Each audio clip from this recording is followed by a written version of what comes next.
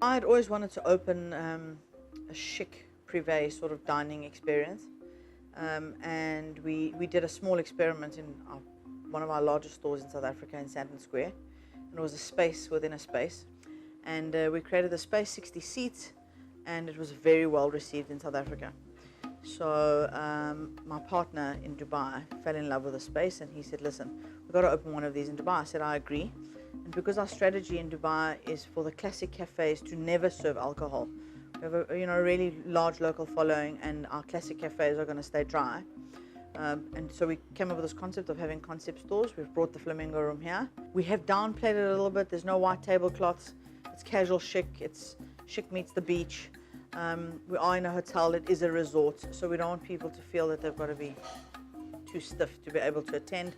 Imagine a lady coming off the beach in a kaftan and a guy wearing a shirt and a pair of shorts. And then, of course, bringing a bit of African glamour to Dubai. I think Africa is very hot at the moment. It has been for the last couple of years. Anything that's coming out of Africa that is sort of high design is being celebrated. And I think the traditional view of Africa has been drums and African masks and curios. But we have a very talented group of people in South Africa, and we have a rich culture. And there is a lot of glamorous stuff coming out of SA. So we've got an installation done by South African artists, which is that big baobab tree. So there's all of that that's going to come into play. We've got beautiful cushions that have been hand embroidered, all from South African artists. The bronze sculptures, all again done by South African artists. And then of course the collective. So you'll be able to shop and eat in the store. Everything, in fact, 90% of the stuff all sourced from South Africa. I'd say 10% comes from the rest of the world. It's beautifully curated.